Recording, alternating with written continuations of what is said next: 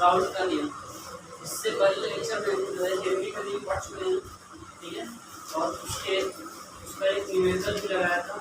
तो आज हम बात करते हैं राउल्ट का नियम। अब राउल्ट का नियम जो होता है वो ध्रुव विभेदन के लिए लागू होता है। क्या होता है? ध्रुव विभेद के लिए लागू होता है। अगर हम क्या करते हैं, ध्रुव को ध्रुव में मिलाएं तो द्रव्यीय विभेद लागू होता है। ध्रुव का ध्रुव में नियम कहलाएगा द्रव्यीय विभेद कहलाएगा। तो ये ध्रुव विभेद के लिए लागू होता है। और दोनों द्रव कैसे होनी चाहिए? शुद्ध द्रव होनी चाहिए और वाष्पशील होनी चाहिए। तो इसको हम समझते हैं। मान लेते हैं कोई कंटेनर है, ठीक है,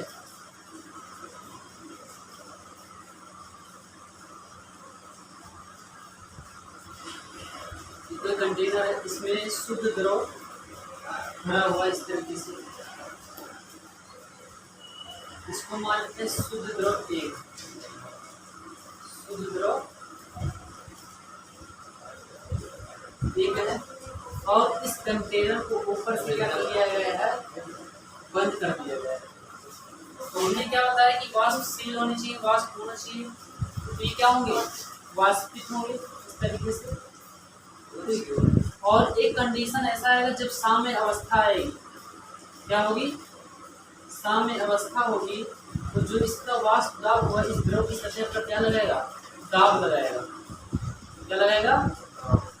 दाब लगाएगा, ठीक है। तो मान लेते हैं कि शुद्ध द्रव का जो दाब है, वाष्प दाब है, क्या है? इस शुद्ध द्रव का शुद्ध द्रव एक के कारण वाष्प दाब, एक के कारण वाष्प दाब मान लेते P1 नॉट है। क्या है? P1 not. हमने क्या बताया? ये शुद्ध द्रव एक है और द्रव क्या होना चाहिए? शुद्धि होनी चाहिए। राउल्ट के नियम में क्या है? द्रव क्या हो? शुद्ध हो। और क्या होना चाहिए? वाष्पशील होना चाहिए। दोनों द्रव क्या होना चाहिए? वाष्पशील होना चाहिए। और हमने क्या किया? यहाँ पर एक कंटेनर है और उसमें शुद्ध द्रव एक लिया और उसको हमने ऊपर से बंद कर दिया, तो उसमें क्या हुआ? निकलने लगा। अब क्या होगा? जब साम्य अवस्था की स्थिति आएगी तो जो वाष्प होगा उसकी सतह पर क्या करेगा? दाब लगाएगा, यानी वाष्प दाब आएगा, ठीक है। तो ये हमने जो शुद्ध द्रव एक ले लिया। अब इसी में हम एक दूसरा कंटेनर लेते हैं, ठीक है। मान लेते हैं इसमें शुद्ध द्रव दो भरा हुआ, शुद्ध द्रव दो भरा हुआ है और इसको भी हमने क्या किया? ऊपर से ऐसे क्लोज कर दिया, बंद कर दिया। और क्या होंगे? इसमें भी क्या होगा? वाष्प होगा। और जब साम्य अवस्था की स्थिति आएगी क्या हो जाएगा? ये जिसका जो वाष्प होगा इसकी सतह पर दाब लगाएगा, वाष्प दाब लगाएगा, वाष्प क्या करेगा? दाब लगाएगा इस तरीके से। अब मान लेते हैं इसका जो शुद्ध द्रव दो के कारण वाष्प दाब है, शुद्ध द्रव दो के कारण वाष्प दाब क्या है? T2 नॉट है, ठीक है।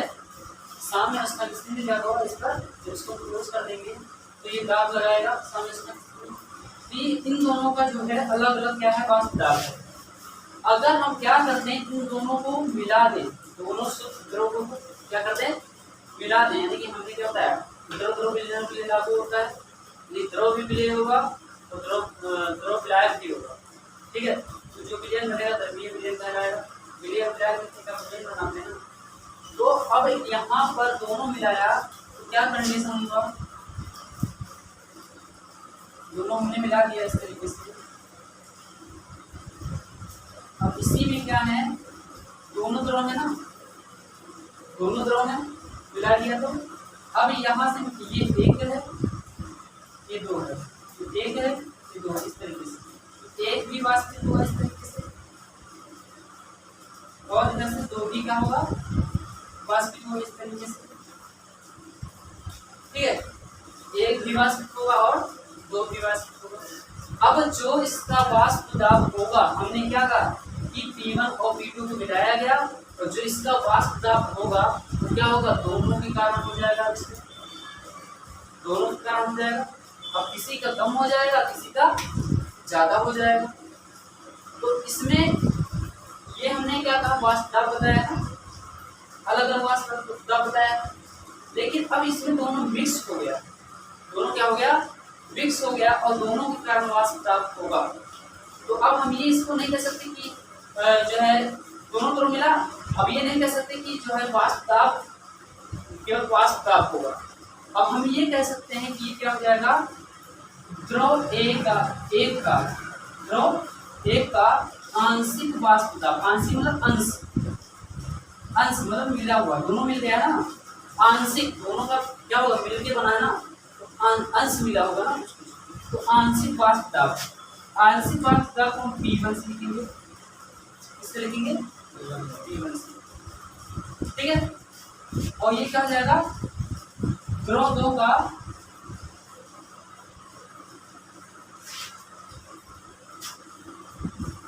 आंशिक वाष्प दाब P2, ठीक। अब दोनों मिल गया ना, क्या हो गया, दोनों मिल गया। तो जो हमारा राउल्ट का नियम होता है वो शुद्ध द्रव के लिए लागू होता है, दोनों में शुद्ध द्रव है और दोनों द्रव क्या होने चाहिए, वाष्पशील होनी चाहिए, ठीक है।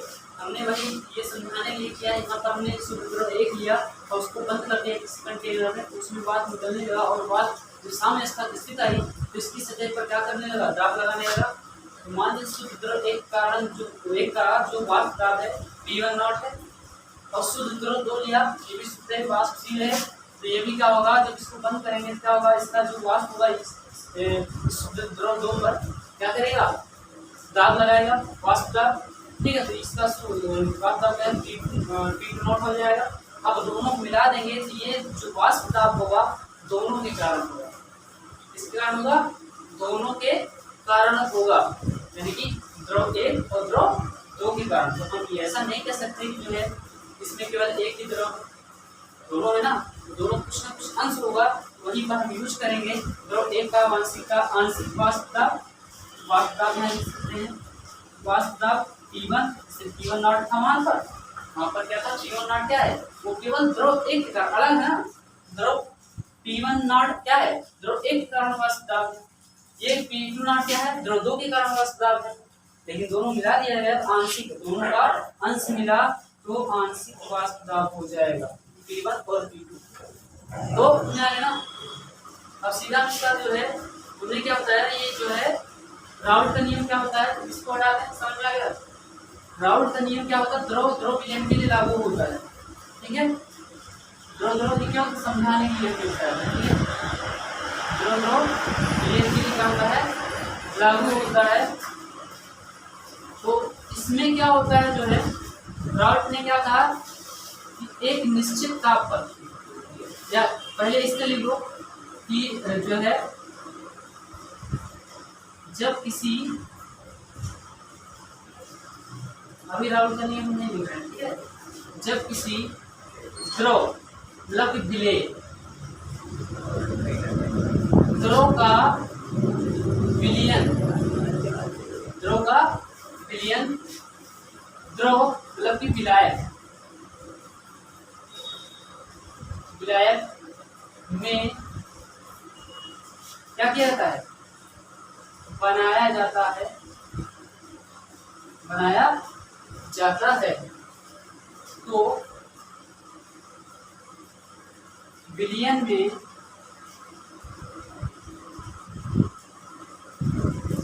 दोनों अवयव क्या होते हैं, वाष्पशील होते हैं, वाष्पशील होते हैं। और इसका मतलब क्या हुआ, हमने क्या होता है द्रव का, ये द्रव के लिए लागू होता है। तो अगर द्रव को द्रव में मिला दें द्रवीय विलयन प्राप्त होगा, ये क्या हो जाएगा, द्रवीय विलयन प्राप्त होगा। अभी हमने जिससे बताया कि कंटेनर एक लिया था, उसमें शुद्ध द्रव एक लिया था, दूसरा कंटेनर उसमें शुद्ध द्रव 2 लिया था। तो अब इनका जो आंशिक वाष्प दाब होगा राउल्ट के नियम के अनुसार, अगर निश्चित ताप है, क्या है, निश्चित ताप है, तो विलयन में अवयव का वाष्प दाब, उनके वाष्प दाब मतलब कि आंशिक वाष्प दाब जो होगा, जो क्या होगा, अवयव का आंशिक वाष्प दाब होगा वो क्या होगा, जो उनके मोल भिन्न होंगे उनके समानुपाती होगा। जो वाष्प दाब होगा उनके मोल भिन्न क्या होगा, समानुपाती होगा। तो हम यहाँ पर इसे मान लेते हैं कि जो है माना किसी विलयन में दो अवयव एक और दो हैं। अभी हमने बताया था ना, एक और दो हैं, ठीक है, जिनके आंशिक वाष्प दाब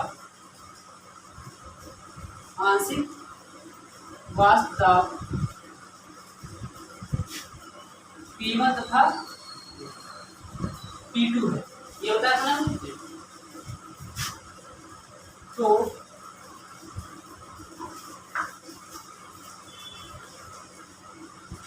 विलयन में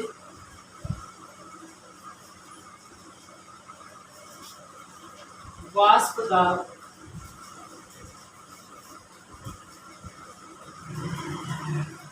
में दोनों, तो विलयन के वाष्प दाब में विलयन के वाष्प दाब में दोनों अवयवों के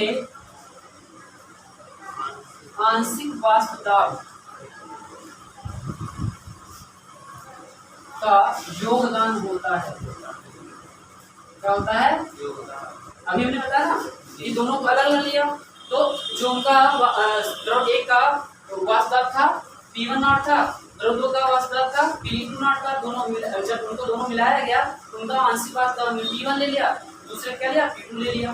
तो अब इन दोनों जब मिलाया गया, हमने क्या लिखा, जब माना किसी विलयन में, यहाँ विलयन रहेगा, विलयन में दो अवयव एक और दो हैं जिनके आंशिक वाष्प दाब P1 था P2 है। तो विलयन के वाष्प दाब में दोनों अवयवों के आंशिक दाब का योगदान होता है। तो हम सीधे सीधे यहाँ क्या लिख सकते हैं, P बराबर P1 प्लस P2। इसका कहने मतलब ये ना, ये विलयन का वाष्प दाब हो गया, क्या हो गया, विलयन का वाष्प दाब हो गया। ये क्या होगा, विलयन में द्रव एक का आंशिक वाष्प दाब, ये क्या हो गया, विलयन में द्रव दो का आंशिक वाष्प दाब। ये बात समझ में आया। अब यहाँ पर सीधे राउल्ट का नियम लिखते हैं, यहाँ लिख रहे हैं राउल्ट के नियम के अनुसार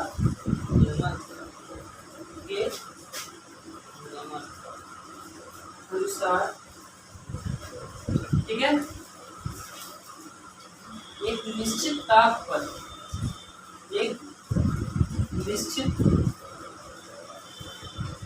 पर यदि किसी विलयन में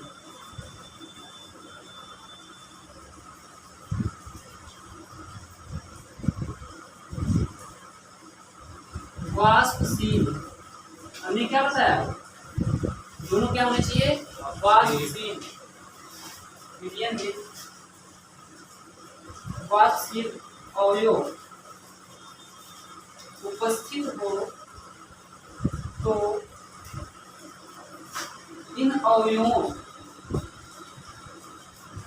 अब विलयन में अवयव होंगे ना, इन अवयवों के आंशिक वाष्प दाब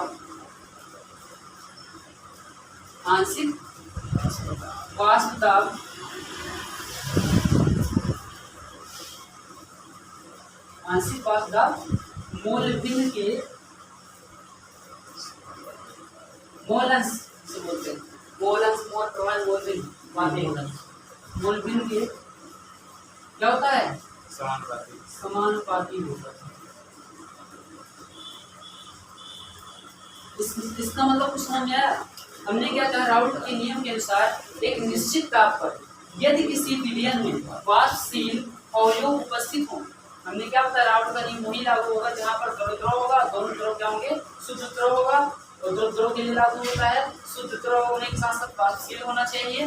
दोनों अवयव क्या है, वाष्पशील अवयव उपस्थित हो तो इन अवयवों के आंशिक वाष्प दाब मोल भिन्न के समानुपाती होता है। ठीक, तो अगर हम क्या कहते हैं, P है, P का संबंध क्या है, P प्रोपोर्शनल टू x हो जाएगा। P क्या है, विलयन का वाष्प दाब, आंशिक नहीं है, ये विलयन का टोटल वाष्प दाब। x क्या है, मोल भिन्न, विलयन का कुल मोल। अगर ऐसे हम निकालें, दो अवयव है ना, तो हमने पहले अवयव को आंशिक वाष्प दाब P1 माना था, दूसरे विलयन का आंशिक वाष्प दाब P2 माना था।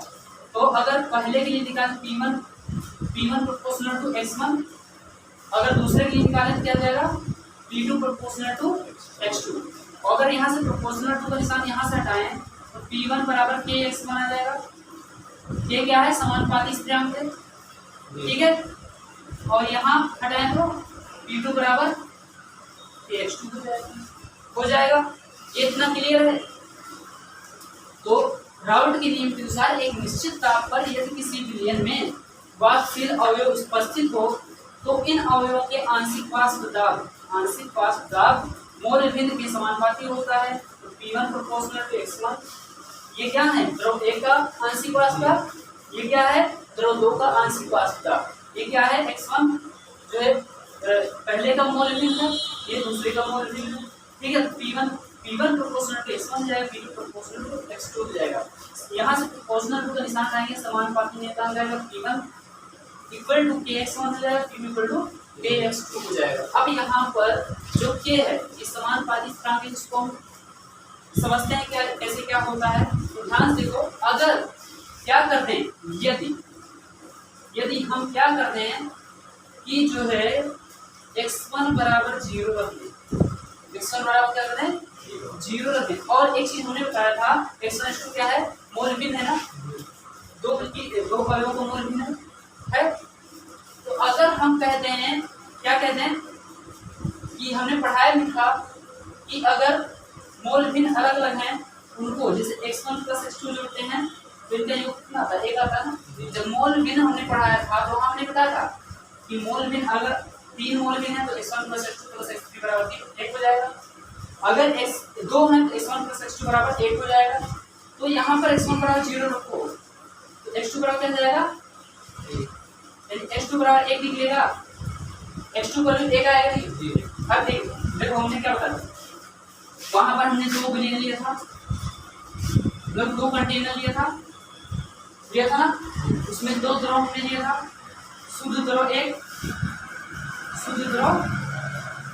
1 था, दूसरे में क्या था, शुद्ध द्रव 2 था, था ना। अब ये बताओ, इसका हमने आंशिक वाष्प दाब P1 नॉट लिया था, आंशिक नहीं, शुद्ध द्रव 1 वाष्प दाब आंशिक नहीं रहेंगे, जब दोनों मिलाएंगे तब आंशिक होगा, P1 से लिखा जाएगा। और दूसरे क्या था, P2 नॉट था। अब ध्यान से देखो, यहाँ पर x2 केवल बचा, x2 बचा ना। अब x2 बचा और x1 0 हो गया, इसका मतलब क्या हुआ, शुद्ध द्रव 2 बचा, तो केवल शुद्ध द्रव विलयन में केवल शुद्ध द्रव 2 बचा, 1 नहीं है। x1 कहने मतलब कि द्रव 1 नहीं है विलयन में, केवल अब 1 ही द्रव है।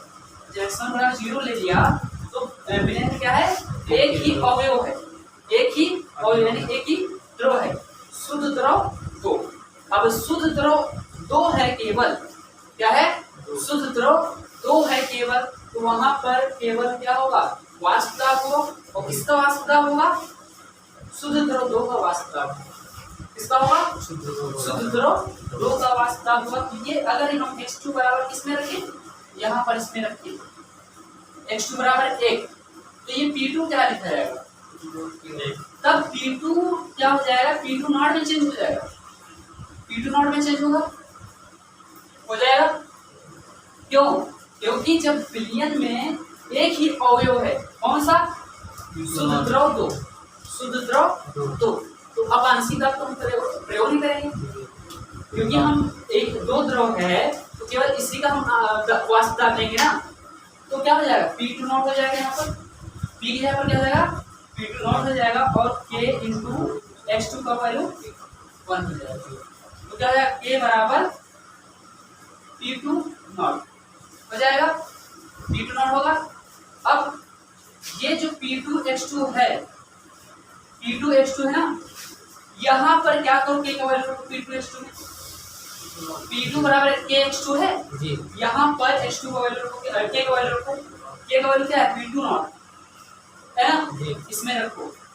तो अगर इसको इक्वेशन 1 कर दो आसानी से, इसको इक्वेशन 2 कर दो, ठीक है, इसको 3 कर दो, समीकरण 2 से, समीकरण 2 से देखेंगे तो क्या हो जाएगा,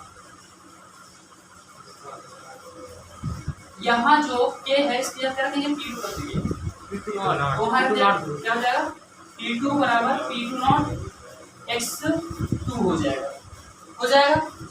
हमने क्या बताया कि अगर हम x1 ले लेंगे तो x1 प्लस 2 बराबर मोल भी दोनों मिलाएंगे तो 1 होता है, तो x1 0 हो गया तो x2 बचा, x2 बराबर 1, यानी कि इसमें बिलियन में केवल एक ध्रुव है, कौन सा है शुद्ध ध्रुव, तो जिसका वास्तव कितना P2 नॉट है।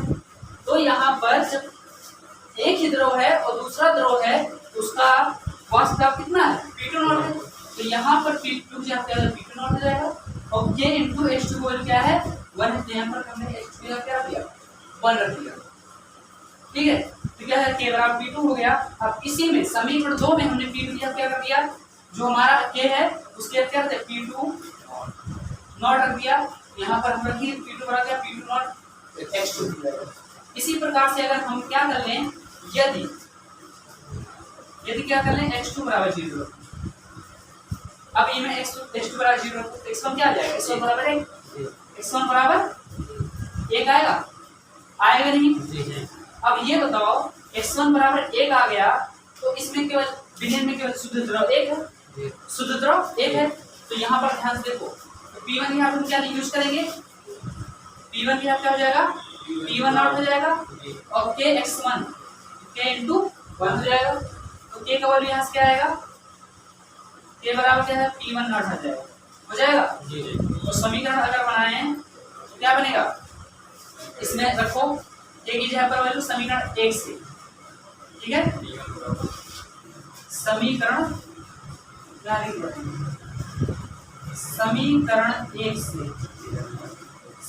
1 से देखो तो क्या है P1 है यहाँ, और K की जगह क्या हो जाएगा P1 नॉट हो जाएगा, P1 not X1 P1 not X1, ठीक है। यहाँ पर भी समीकरण बना लो इसको, समीकरण 4 समीकरण 5, यहाँ पर कुल वाष्प दाब निकालते हैं, ठीक है, कुल वाष्प दाब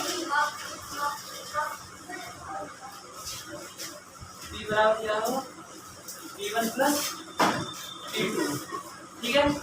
अब ध्यान से यहाँ पर PT कर दो, PT करो, यहाँ पर देखो P1 का वैल्यू क्या निकला था, ये वाला है P1 not X1, P1 not X1 plus P2 का वैल्यू क्या निकला था P2 नॉट X2, निकला ना P2 नॉट X2, और हमको पता है कि X1 और X2 प्लस X2 क्या होता है एक होता है, यहाँ पर एक काम करो, चाहे x2 का वैल्यू निकालो चाहे x1 का वैल्यू निकालो, ऐसा हटा देना, ठीक है।